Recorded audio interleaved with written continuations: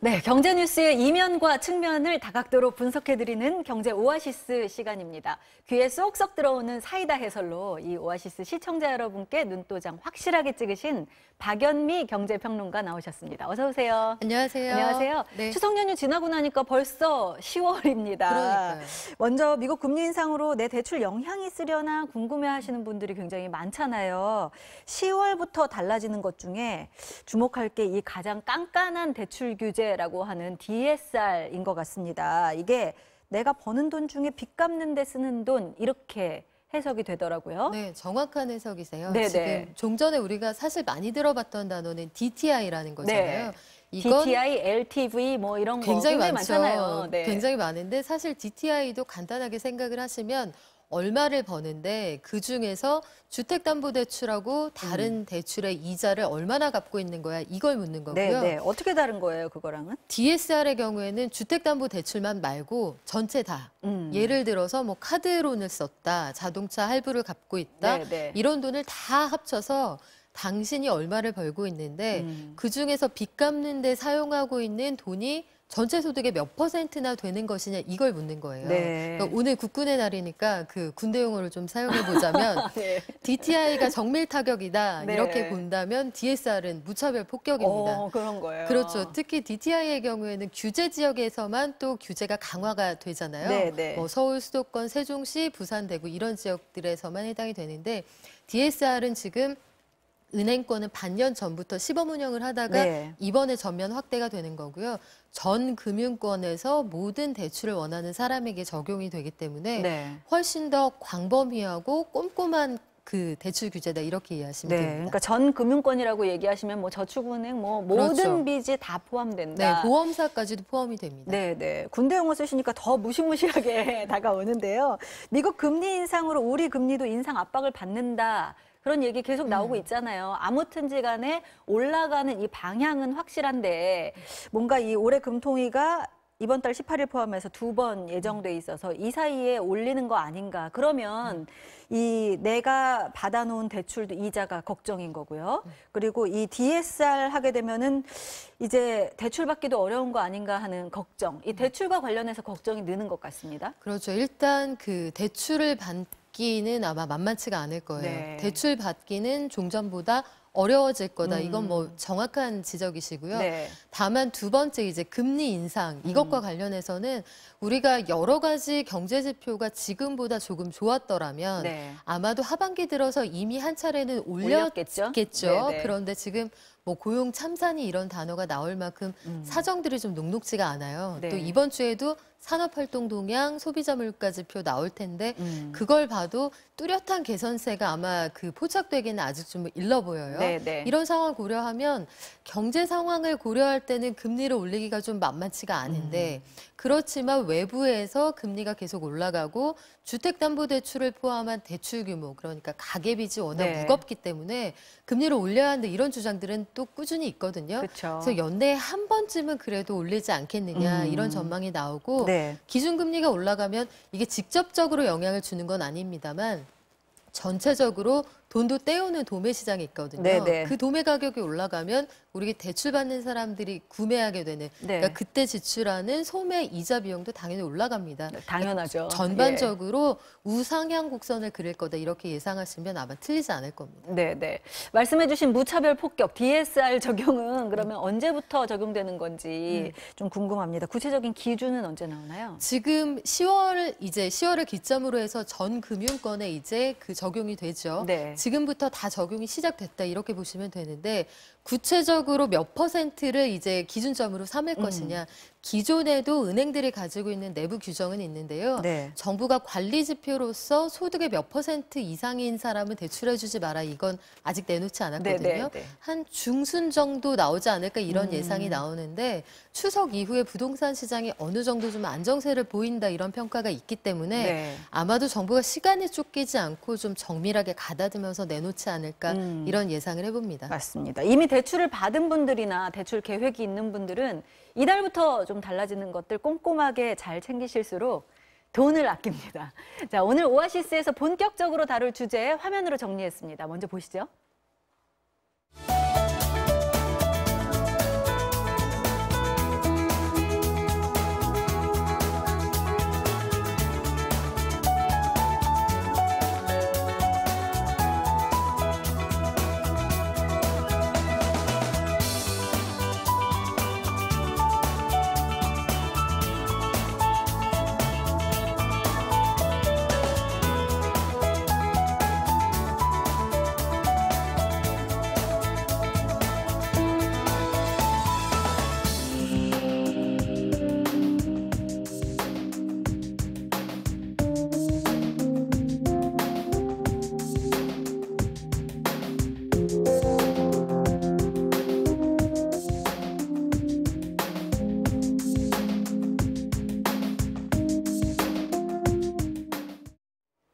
네, 미국에서 하는 어마어마한 할인 행사, 블랙 프라이데이의 한국판이죠. 코리아 세일 페스타가 지난 금요일부터 시작됐습니다. 미국뿐 아니라 중국 광군제에서 느끼는 전쟁터를 방불케 하는 이 대대적인 세일 분위기는 전혀 느낄 수가 없죠. 알지도 못하는 분들도 많은데요. 소비자들은 솔직히 가격 비교에 엄청 예민해서 저렴하다면 이럴 리가 없습니다. 환영받지 못하는 구조적인 원인은 뭔지 한번 파헤쳐 보겠습니다. 자, 이번이 3회더라고요. 그렇죠. 네, 코리아 세일 페스타. 원래는 코리아 블랙 프라이데이 이렇게 시작을 했잖아요. 네. 근데 원래 2015년 처음 시작할 당시에 이 메르스로 타격받은 경기를 한번 살려보자 뭐 이런 취지였죠. 그렇죠. 워낙 소비가 이제 급격하게 얼어붙었어요. 그때 당시 상황이 네. 2015년에 민간 소비가 1분기에는 0.9% 전기보다 늘었는데요. 네. 2분기, 그러니까 메르스 사태가 본격적으로 확산했던 그 시기에는 전기하고 비교해서 0.3%가 줄었습니다. 기억이 납니다. 그렇죠. 상황이 이렇다 보니까 네. 이제 그해 GDP에도 영향을 미쳐서 2분기 GDP가 그 전분기하고 비교하면 0.4% 늘어나는데 그쳤어요. 네. 1분기 성장률이 0.8%였으니까 반토막이 났다. 그러니까 정부가 뭐라도 해보자 이런 궁여지책으로 내놨던 게 바로 코리아 블랙 프라이데이였고요. 2016년부터는 이건 확대 개편을 합니다.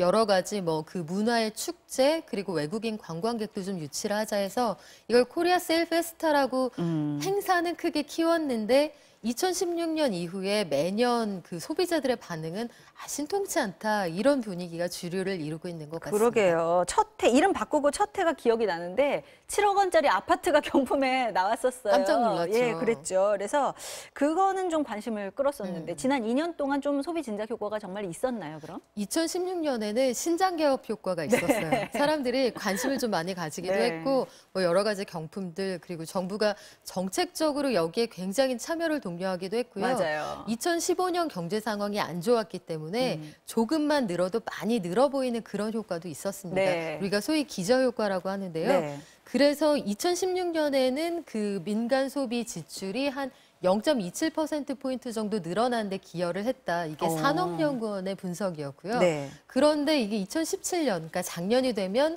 영향력이 절반 정도로 줄어들잖아요. 네. 매출 증가폭도 마찬가지입니다. 2016년에는 12.5% 늘었었는데 네. 작년에는 유통업체들의 매출 증가폭이 한 5%에 그쳐서 소문난 잔치에 먹을 것 없더라. 네. 소비자들의 반응이 이렇게 흘러가는 것 같습니다. 그렇네요. 그래도 어느 정도 소비가 늘긴 했군요. 근데 이게 기대에 전혀 미치지 못했던 게 미국 블랙 프라이데이하고 비교를 해보면요. 그때는 뭐 화면만 봐도 막 줄 전쟁이죠. 서서 들어가고 네. 유통업체가 1년 내내 적자를 보다가도 이때 반짝 세일해가지고 흑자로 돌아선다 뭐 이런 얘기가 나올 정도거든요. 왜 이렇게 차이가 나는 건가요? 일단 우리는 동공 확대가 안 되죠. 그렇죠. 그 코리아 세일 페스타를 할 때 만약에 소비자들이 볼 때 이 가격에 동공 확대가 되는 수준이다 그러면 아마 달려갈 거예요. 네, 운동화 그쵸. 신고 차에 시동 걸 텐데 네. 그 정도의 유인을 주지 못한다는 얘기예요. 예. 근데 왜냐하면 우리나라하고 미국 사이의 그 유통 구조가 완전히 다르기 때문입니다. 어떻게 다른가요? 미국의 경우에는 백화점이 물건을 사들여서 소비자들에게 판매를 해요. 네. 그렇다면 제조업체는 재고 부담이 없다는 얘기죠. 네, 네. 그런데 우리나라의 경우에는 백화점들이 사실상 그 부동산 임대업을 하고 있습니다. 그러니까 일반 제조업체들이 거기 매장을 빌려서 사실상 월세에 해당하는 수수료를 내고 판매를 하거든요. 네네. 그렇다면 백화점의 입장에서는 재고 부담이 없는 거예요. 아, 네. 그래서 눈이 휘둥그레질 정도로 싸게 팔 유인이 없는 거죠. 그리고 사실상 우리는 1년 내내 세일이잖아요. 그리고 택갈이라고 하는 그 여러 가지 편법적인 방식으로 맞아요. 도대체 이 물건의 원가가 얼마이냐에 대한 신뢰를 잃어버린 지가 좀 오래됐기 때문에 그런 것들이 복합적으로 영향을 미칩니다. 유통 구조가 완전히 다른 거군요. 네. 이제 말씀해 주신 대로 동공 확대가 전혀 안 되는 건데 그렇다면 좀 다른 방법을 찾아봐야 하는 거 아닌가. 이름을 걸어놨잖아요. 그래서 꼭 백화점 이런 유통구조 아니더라도 슈퍼 디스카운트를 할 수 있는 다른 방법을 찾아봐야 하는 거 아닌가요? 그렇죠. 그래서 그 타깃층을 명확하게 해야 한다 이런 주장도 나와요. 네. 그러니까 우리가 가지고 있는 이 코리아 세일 페스타의 어떤 정체성이 뭐냐. 도대체 누구에게 소구하기 위한 네. 그런 정책이냐. 이게 사실 정부가 정책적으로 기획한 행사이잖아요. 네. 그러니까 유통업체들 입장에서는 굉장히 번잡한 연간 준비해야 되는 행사이기는 한데 네. 너무나 본인들이 적극적으로 원해서 하는 게 아니기 때문에 큰 유인이 없단 말이에요. 네. 그렇기도 하고 여기에서 그러면 내부 고객이 주 타깃층이냐 아니면 외국인 관광객을 데려오자는 것이냐. 그러게요. 그러니까 그런 것들이 명확지 않기 때문에 항상 이 정체성에 대한 논란이 있고 주력 상품이 뭐냐 그러면 미국의 경우에는 뭐 가전 이런 그렇죠. 게 말도 안 되는 가격에 나오기도 하잖아요. 네. 그런데 우리는 주력 상품이라고 올해 그 20개 킬러 콘텐츠라고 하는 걸 선보였는데도 아 이거 해외 직구보다 한 100만 원 더 비싼데 이런 반응이 나와버리니까 네. 반응이 영 신통치 않은 것 같습니다. 지금 말씀을 해주신 대로 요즘에는 스마트폰이 있어가지고 그 자리에서 즉시 가격 검색이 가능하잖아요. 그렇죠. 근데 온라인 가격보다 또 해외 직구보다 어떤 거는 뭐 별반 차이가 없고 어떤 건 더 비싸고요. 이러면은 도대체 살 이유가 없잖아요. 그렇죠. 네. 실제로 상품의 가격이 올해는 삼성의 건조기, 뭐 LG의 어떤 TV 이런 것들을 정부가 우리가 꼭꼭 아껴뒀던 아이템인데 이번에 풀겠습니다 해서 할인폭도 마지막까지 안 알려줬다가 짜잔 하고 내놓은 상품들이 있거든요. 근데 지금 그래픽을 보시면 온라인 최저가가 그 건조기의 경우에는 120만 원을 밑도는데 네. 코리아 세일 페스타에 나온 건 163만 원 정도였고 네, 네. 이 대형 TV의 경우에도 이게 65인치 기준인데요. 해외 직구를 하면 지금 한 120만 원 정도 싼 걸로 나오니까 사람들이 굳이 이 페스타에 참여할 유인을 크게 느끼지 못하는 것 그렇죠. 같습니다. 얼마나 가격에 예민한데요. 더구나 100만 원이잖아요. 그렇죠. 네. 이게 추석 지나고 하게 됐잖아요. 또 날짜도 그래요. 추석 전에 했으면 어차피 사는 거 이 세일 페스트 한번 가볼까? 뭐 이렇게 될 수도 있는데 그렇죠. 추석 바로 지나고 추석 대목 맞물리면서 이게 코리아 추석 페스타인지 정기 세일인지 막 헷갈리게 되는 이런 상황이 돼서 더 왜 날짜는 또 이렇게 정한 건가요? 시점이 적절치 않다는 지적이 많아요. 그런데 네. 이게 그 지난 정부에서 날짜를 9월 마지막 주로 정해놨습니다. 아, 그런데 네. 추석이라는 건 우리가 음력에 따라서 왔다 갔다 하잖아요. 그렇죠. 이른 추석은 9월에 오고 늦은 추석은 이제 10월에 끼게 되는데 이렇게 되면 추석이나 이런 큰 명절이 지나고 나면 지갑을 어떻게 하세요? 닫게 되잖아요. 그렇잖아요. 워낙 돈을 많이 썼기 썼으니까. 때문에 소비 심리가 위축되는데 네. 위축된 마당에 큰 세일을 한다 그러니까 시점상도 맞지 않다 이런 얘기가 나옵니다만 네. 날짜를 기존에 정해놔서 그렇습니다. 네. 이게 그러면 이제 우리가 코리아 세일 페스타가 어차피 있으니까 이게 뭐 하나라도 여기서 화끈하게 싸게 샀다 뭐 이런 소문이 들면 아니면 뭐 그런 이미지라도 한두 개가 든다면 사람들이 한번 둘러보기라도 할 거 아닙니까? 그렇죠. 어떻게 하면 좋을까요?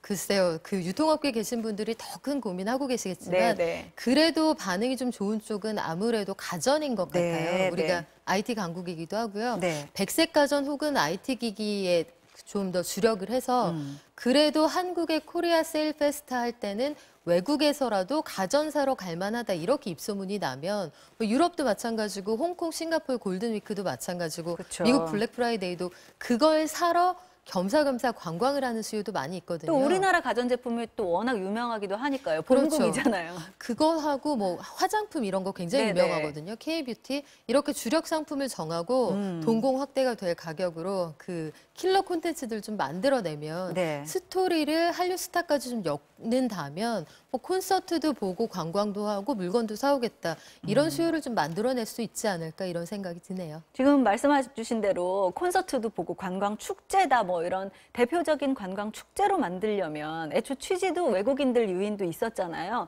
그럼 어떻게 해야 할까요? 일단 그 이번에도 논란이 당장 있었던 게 예산이 작년보다 3분의 1 정도 줄었는데 그나마 그 예산의 대부분을 한류 스타들 섭외해서 뭐 축제 홍보하는 데 썼더라 네. 이런 비판이 나왔거든요. 네. 그런데 만약에 그 한류 스타를 보기 위한 해외 소비자들을 끌어오는데 이 세일의 목적이 있다. 그러면 이건 너무나 정당한 예산 집행이란 네. 말이에요. 그러니까 이런 것들을 목표를 정확하게 설정을 하면 그다음 정체성 논란이 없을 것이고 네. 여기에서 정말 힘들여 팔고자 하는 게 무엇이냐. 그러니까 기대하는 소비자들의 할인율하고 실제 할인율 사이에 차이가 크면 안 사겠죠. 네. 그러면 소비자들이 이 정도면 사겠구나 하는 그런 설문조사 결과들이 있거든요. 그런 걸 바탕으로 해서 주력 상품 그리고 마케팅 이런 것들을 좀 더 신경 써야 하지 않을까 싶습니다. 네. 주력 상품 할인율 좀 크게 해주고 정책의 목적에 부합하는 어떤 홍보를 하자 이렇게 말씀을 해주셨어요. 좀 관계되시는 분들이 이 말씀을 좀 잘 들어보시고 내년엔 좀 잘 하셨으면 좋겠습니다. 네, 동공 확대되는지 볼까요? 네, 그래야겠어요.